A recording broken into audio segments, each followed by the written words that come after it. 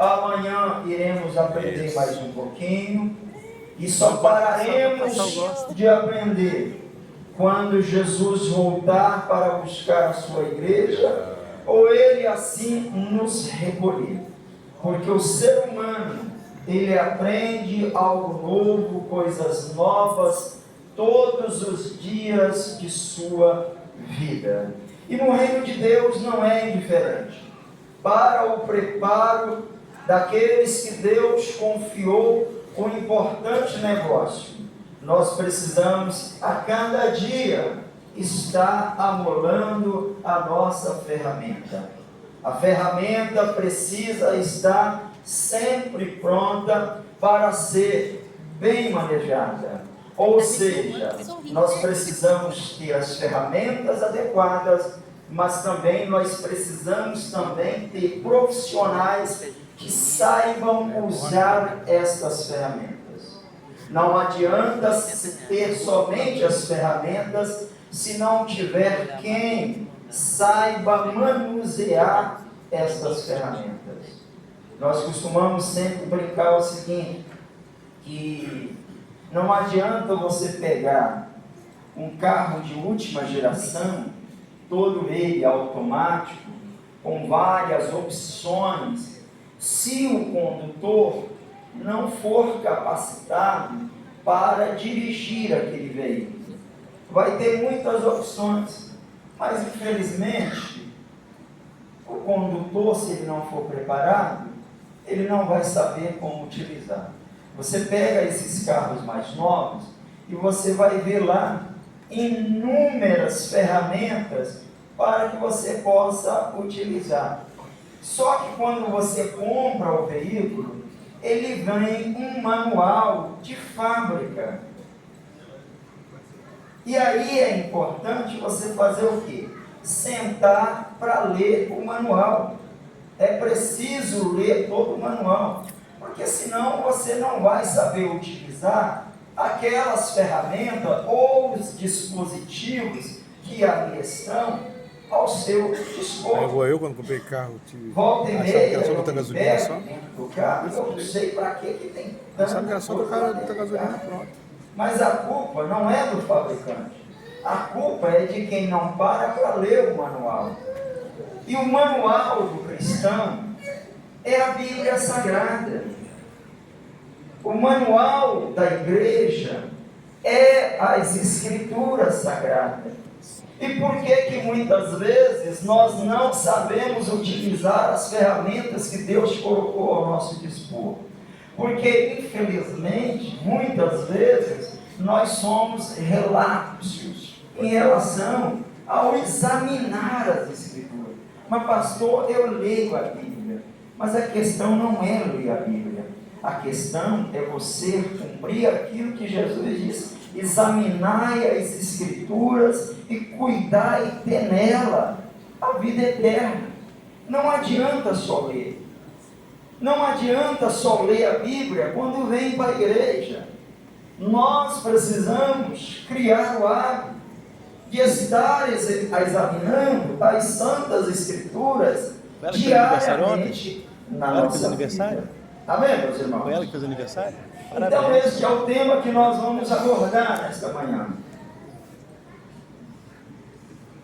Eu achei bastante interessante esta frase deste pensador, que diz: ninguém é tão grande que não possa aprender, e nem tão pequeno que não possa ensinar. Nós precisamos quebrar esta ideia de que eu sei tudo.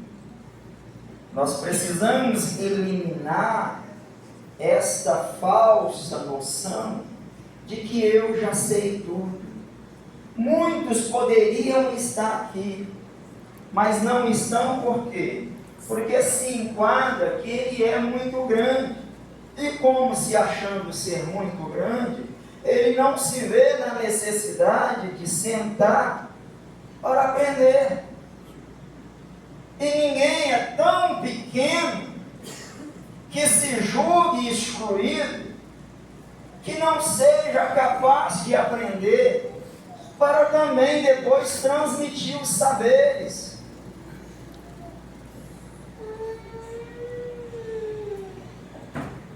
Meus irmãos, nós temos esta ferramenta. Quem sabe o nome desta ferramenta? Ampulheta. Uma ferramenta que foi criada pelo monge francês no século VIII. E esta ferramenta, ela tem a função de medir o tempo. Porque naquela época onde foi criado esta ferramenta, havia uma dificuldade muito grande em relação ao horário, a tempo.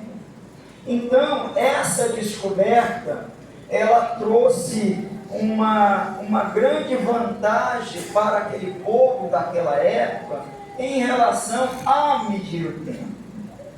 Depois, algumas pessoas, vocês são sabedores, que muitos dos antigos, eles calculavam o tempo na posição do sol. Quantas pessoas antigas que saíam para o trabalho ainda com o dia clareando, e quando davam por volta de 9 horas da manhã, eles viam a posição do sol para calcular aproximadamente o relógio, o horário. E quando dava o sol no meio do céu, eles já sabiam que estava aproximando o meio-dia, na hora que está se alimentando. Então essa ferramenta, ela foi de suma importância ao desenvolvimento da humanidade. Quando analisamos o processo pelo qual a aprendizagem se dá, observamos que este tem se desenvolvido continuamente ao longo de diferentes épocas, histórias, desde as mais longínquas civilizações judaicas, egípcias, gregas, persas e até aos mais modernas sociedades contemporâneas. Ou seja, ao longo dos anos, ao passar dos anos, nós percebemos a evolução, nós percebemos que novas ferramentas, novos desenvolvimentos são desenvolvidos e criados para o aprendizado da raça humana na face da terra. Nós vemos isso desde lá da civilização judaica. Vemos aí desde a civilização egípcia, grega, persa.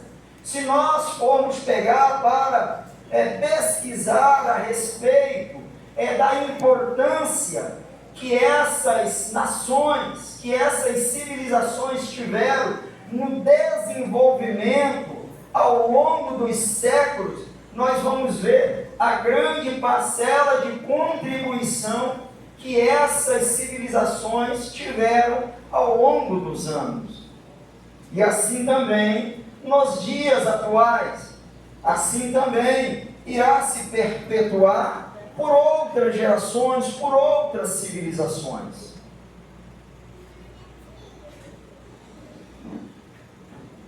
Observe o diálogo de uma criança que provavelmente com a sua mãe. Deus, ele fez o ser humano dotado de inteligência, meus irmãos. O ser humano, ele é a criação mais perfeita que existe na face da terra. O ser humano, ele tem o privilégio dado por Deus. Ele é diferente das demais criações que Deus fez sobre a face da terra. Nós somos privilegiados, porque nós somos uma máquina perfeita. É verdade. Certa feita, eu ouvi em um programa de televisão um médico bastante conceituado, e o entrevistador fez uma pergunta para ele, o que ele achava em relação ao ser humano. E a resposta dele foi: o ser humano é a máquina mais perfeita que Deus criou em todo o universo. Aleluia, graças a E Deus. nós temos o privilégio de ter este Criador como o Senhor de nossas vidas. Aleluia. Nós temos o privilégio de ter o Criador como o autor da nossa existência, meus irmãos. Você pode dar um glória a Deus por ser esse. Glória a Deus, aleluia. Independentíssimo. Alguém diz: ah, você é burro. Não, rejeita essa palavra. Aqui ninguém é burro. Talvez uns tenham um pouquinho mais de inteligência do que o outro,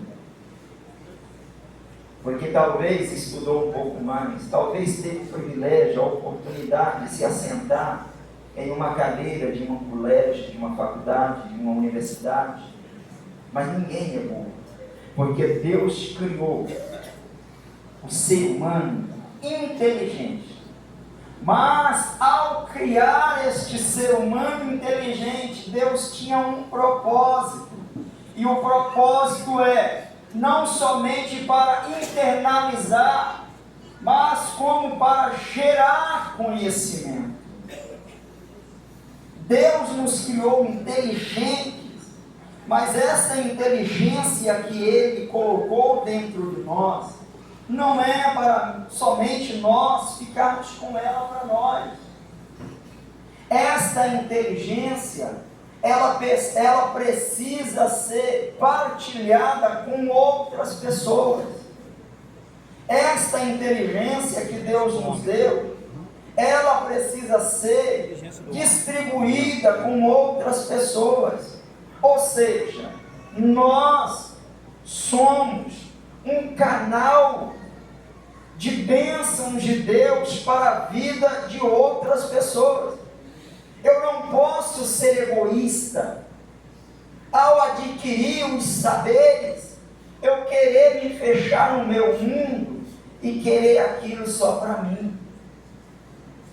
Se eu tenho, se Deus me deu, eu preciso fazer com que estes conhecimentos meus, eles venham ser externados para fora de mim, e não somente internalizar esses conhecimentos para mim. Eu preciso pegar isso e fazer com que outras pessoas também sejam beneficiadas com este conhecimento que eu recebi da parte do meu Criador. O conhecimento inicialmente foi transmitido de geração a geração, em especial por meio da observação e da oralidade. Ou seja, nós falamos no slide anterior da importância das outras nações, dos outros povos, na difusão destes conhecimentos. Falamos ali da história judaica, da egípcia, enfim, de tantas outras que tiveram este papel tão importante na construção de uma sociedade e de um povo. Agora, este conhecimento nem sempre foi transmitido da maneira como nós estamos nesta manhã